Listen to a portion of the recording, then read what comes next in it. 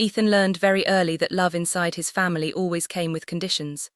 As a child, he spent years trying to understand what was wrong with him, why every mistake he made seemed unforgivable while his younger sister Lily could do no wrong. If Lily broke a vase, Ethan was blamed for not watching her. If Lily failed a test, their parents claimed Ethan should have helped her study.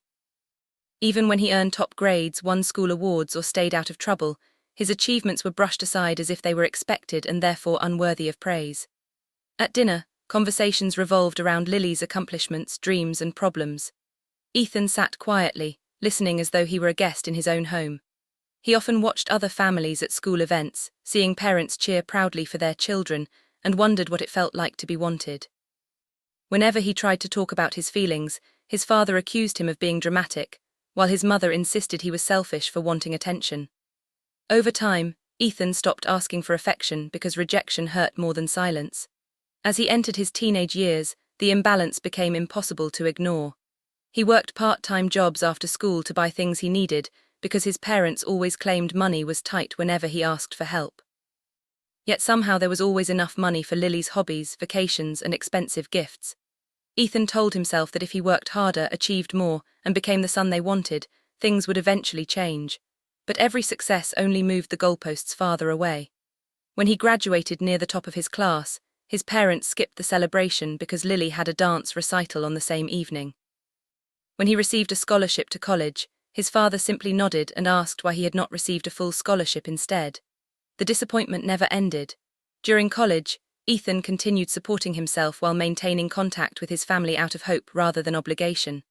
Every phone call left him feeling smaller than before. His parents called when they needed favors, money, or help solving problems, but rarely asked how he was doing. Meanwhile, Lily frequently borrowed money she never repaid. Whenever Ethan politely refused, his family accused him of being greedy. Years passed, and the emotional wounds grew deeper. After graduation, Ethan found a decent job and began building a stable life. He dreamed of finally earning the respect he had spent his entire life chasing. Instead, his family found new ways to use him. They expected him to contribute financially whenever they faced difficulties, while continuing to treat him as less important than Lily. He watched his savings disappear into family emergencies that somehow always benefited someone else. The breaking point came during a large family gathering organized for his parents' anniversary. Relatives from different states attended, and Ethan arrived hopeful that perhaps this event would be different. For a few hours, things seemed normal. Then the conversation turned toward family success stories. Ethan's uncle congratulated him on a recent promotion he had earned at work. Before Ethan could even respond, his mother laughed and said he was lucky because he had always been awkward and difficult. Several relatives chuckled uncomfortably. His father joined in, describing Ethan as the family disappointment who somehow stumbled into success. Lily added a few jokes about Ethan being selfish and antisocial. What hurt most was not the insults themselves, but the ease with which they were delivered. They spoke as though humiliating him publicly was completely natural.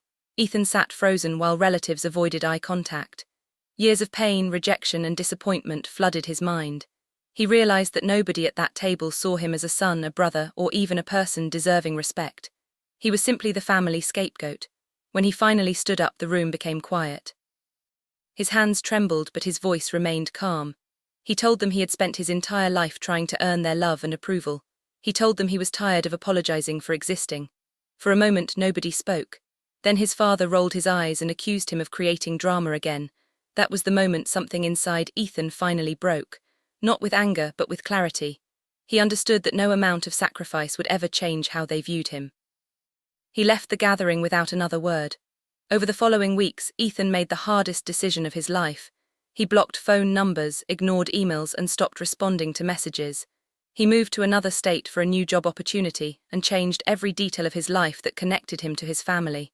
The first few months were painful. Some nights he questioned whether he had made a mistake. Society constantly told people that family was everything, but nobody talked about what happened when family became the source of your deepest wounds. Slowly, however, the silence began to feel different. Without criticism filling his ears every day, he started hearing his own thoughts again. Without constant demands for money and emotional labor, he discovered what peace felt like. For the first time in his life, he woke up without worrying about disappointing people who had already decided he never mattered. The sadness remained, but so did a growing sense of freedom. Ethan had spent years trying to become someone worthy of his family's love. Now he faced a new challenge, learning that he had always been worthy, even when they refused to see it.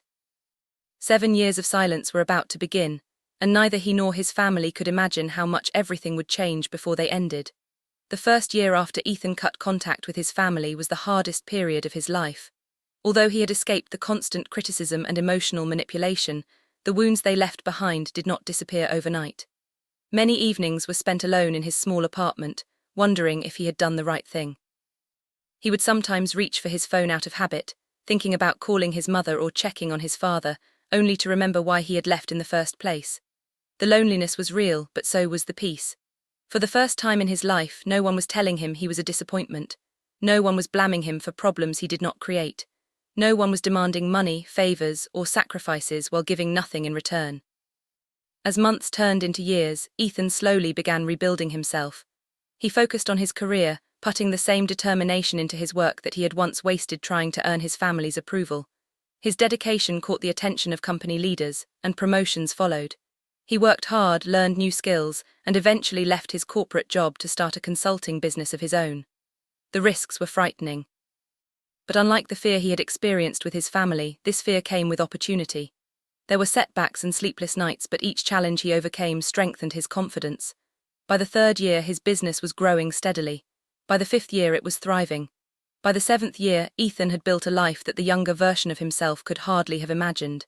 He owned a beautiful home, had financial security, and surrounded himself with people who respected him. Most importantly, he had learned that healthy relationships were possible. Friends became the family he never had. They celebrated his successes without jealousy and supported him without conditions.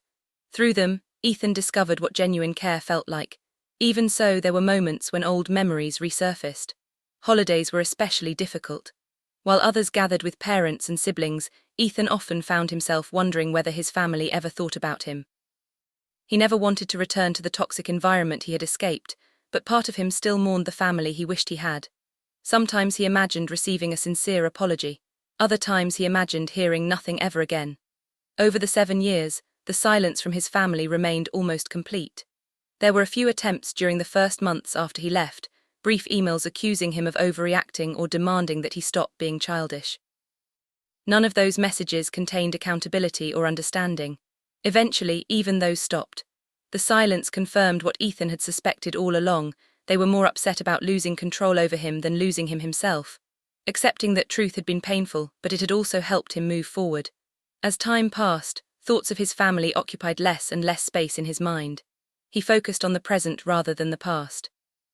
The pain never fully disappeared, but it no longer controlled him. Then, on an ordinary Thursday evening during the 7th year, everything changed. Ethan had just finished dinner and was reviewing documents for an upcoming project when his laptop displayed a notification from an old email account. He almost ignored it. The account had been inactive for years and was connected to a phone number he had abandoned shortly after leaving home. Curious, he logged in. At first, nothing seemed unusual. Then he noticed dozens of automated alerts. His old voicemail inbox had reached capacity. Confused, Ethan opened the account and stared at the screen. 43 new voicemails, 43 messages received within the same night. His stomach tightened instantly. Nobody even had that number anymore, at least not anyone who should have been able to reach him. The messages had arrived over a span of 6 hours, one after another, some only seconds apart. Ethan's pulse quickened as he looked at the names attached to the recordings.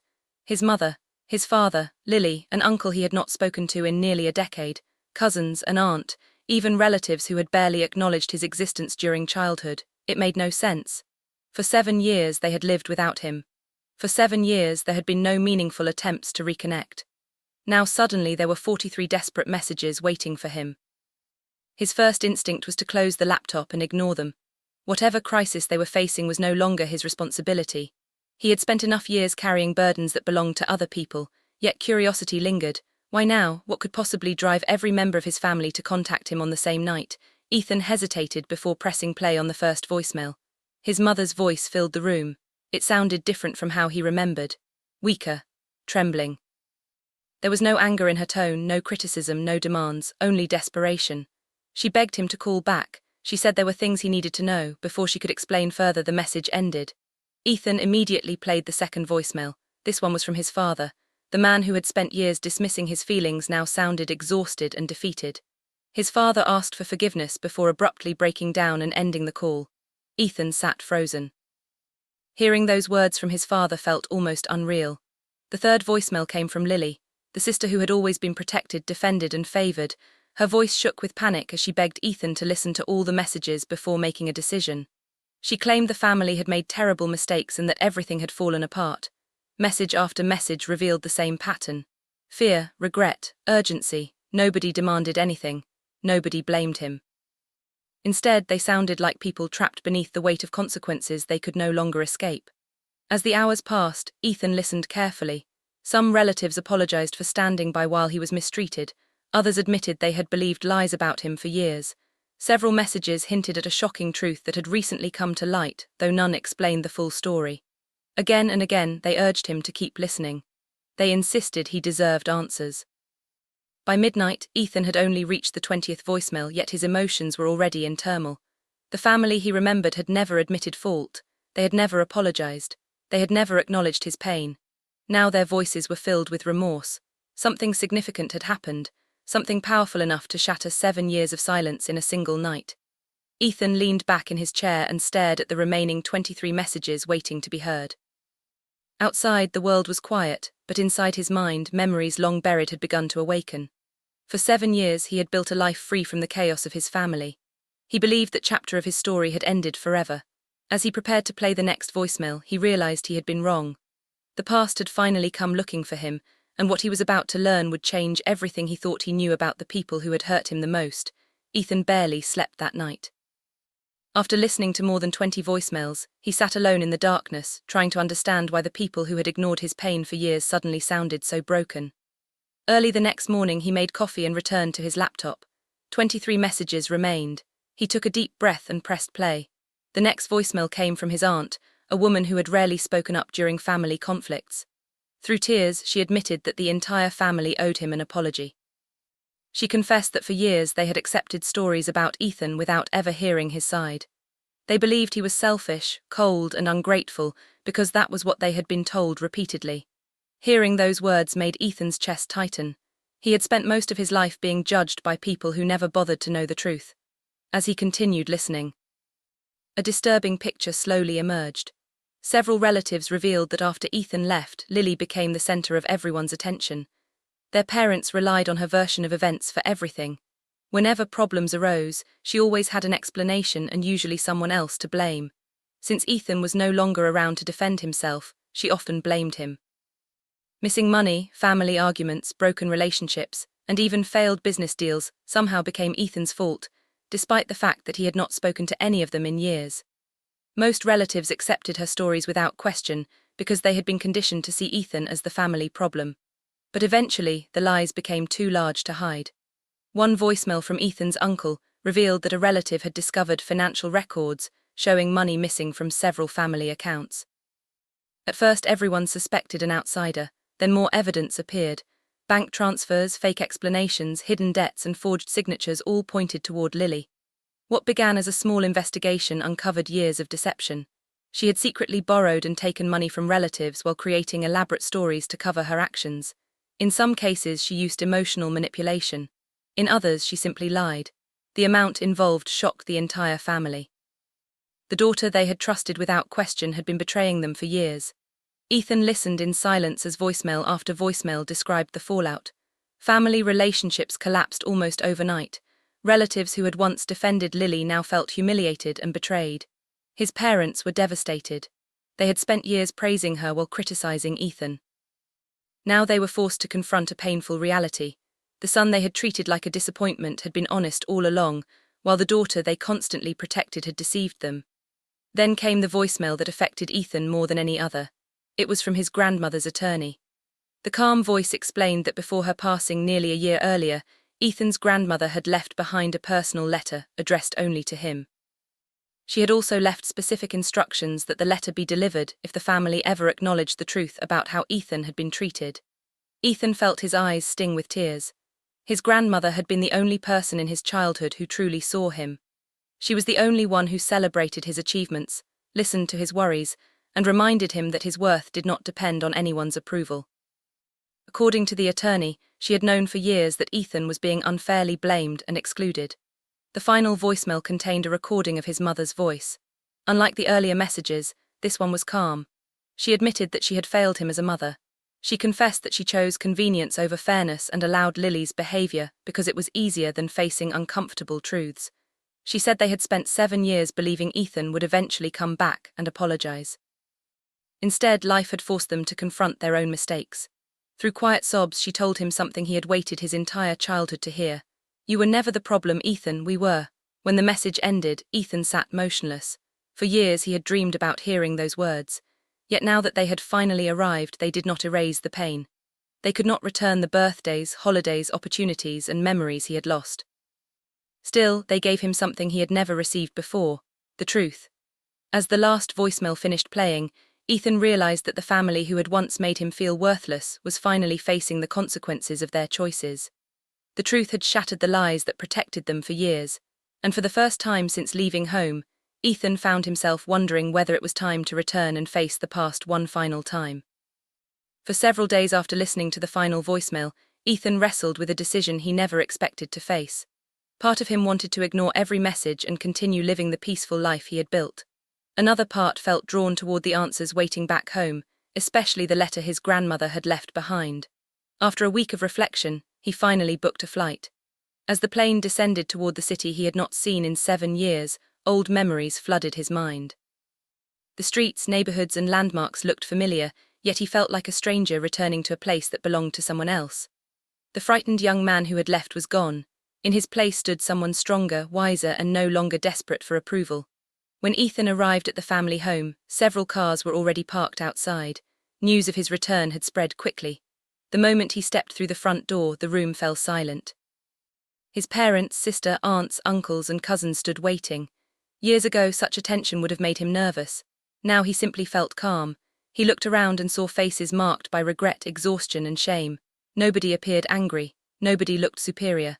The family that once judged him so confidently now struggled to meet his eyes. His mother was the first to approach. Tears streamed down her face as she apologized for every moment she had failed him. His father followed, his voice shaking as he admitted that pride had blinded him for years. One by one, relatives offered apologies. Some admitted they should have defended him. Others confessed they had believed stories without questioning them.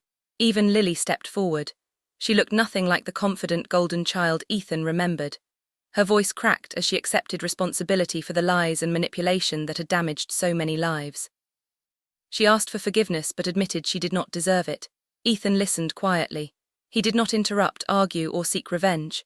For years he had imagined confronting them with anger, proving how much they had hurt him. Yet standing there now, he realized something important. The life he had built was proof enough. Their guilt already spoke louder than any accusation he could make. After everyone had spoken, Ethan finally shared his own story. He told them about the lonely nights after he left, the struggle of rebuilding his confidence, and the years spent learning that his value did not depend on their opinions. He spoke about starting his business, creating meaningful friendships, and discovering happiness without their approval. As he described the life he had built, many relatives began crying. They realized that Ethan had achieved everything they once claimed he never could, not because of their support but despite their treatment of him. Later that afternoon, the attorney arrived with his grandmother's letter. Ethan opened it carefully, recognizing her handwriting immediately. As he read, tears filled his eyes. She wrote about how proud she had always been of him. She reminded him that kindness was not weakness, and that leaving a toxic environment had been an act of courage, not selfishness. Most importantly, she encouraged him to live without bitterness. She explained that true victory was not making others suffer for their mistakes. True victory was creating a life so full of peace and purpose that the pain of the past could no longer control him.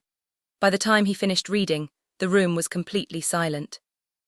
Ethan folded the letter and smiled through his tears. At that moment, he finally understood what his grandmother wanted him to learn. The sweetest revenge was never about humiliation, punishment, or making his family experience the same pain they had caused him. The sweetest revenge was becoming happy without them. It was succeeding after they doubted him. It was finding peace after years of chaos. It was standing in front of the people who once made him feel worthless and realizing their opinions no longer had power over his life. Before leaving, Ethan thanked everyone for their apologies. He told them he forgave them, not because they deserved it, but because he deserved freedom from the burden of resentment. However, forgiveness did not mean returning to the old family dynamic. Trust would take time, and some wounds might never fully heal. His family nodded in understanding. They knew they had no right to demand more. As the sun began to set, Ethan walked toward his car. His parents stood on the porch watching him leave. This time there were no insults, no blame, and no attempts to control him. There was only the painful understanding of what they had lost. Ethan looked once more at the house where so much of his suffering had begun. Then he looked ahead at the road before him. 7 years earlier he had driven away feeling rejected and broken. Now he left feeling free. The family who once believed he would never succeed had spent years waiting for him to come back needing them. Instead, he returned as a man who no longer needed anyone's permission to be happy. As he drove into the evening light, carrying his grandmother's letter beside him, Ethan realized that his greatest victory was not proving them wrong. It was finally proving to himself that he had always been enough.